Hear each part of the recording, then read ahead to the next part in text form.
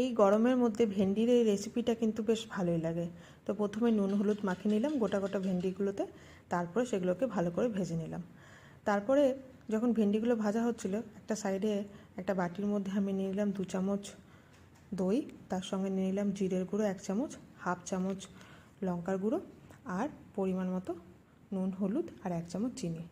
তারপরে সেগুলোকে মিক্স করে নিয়ে সাইডে রেখে দিলাম।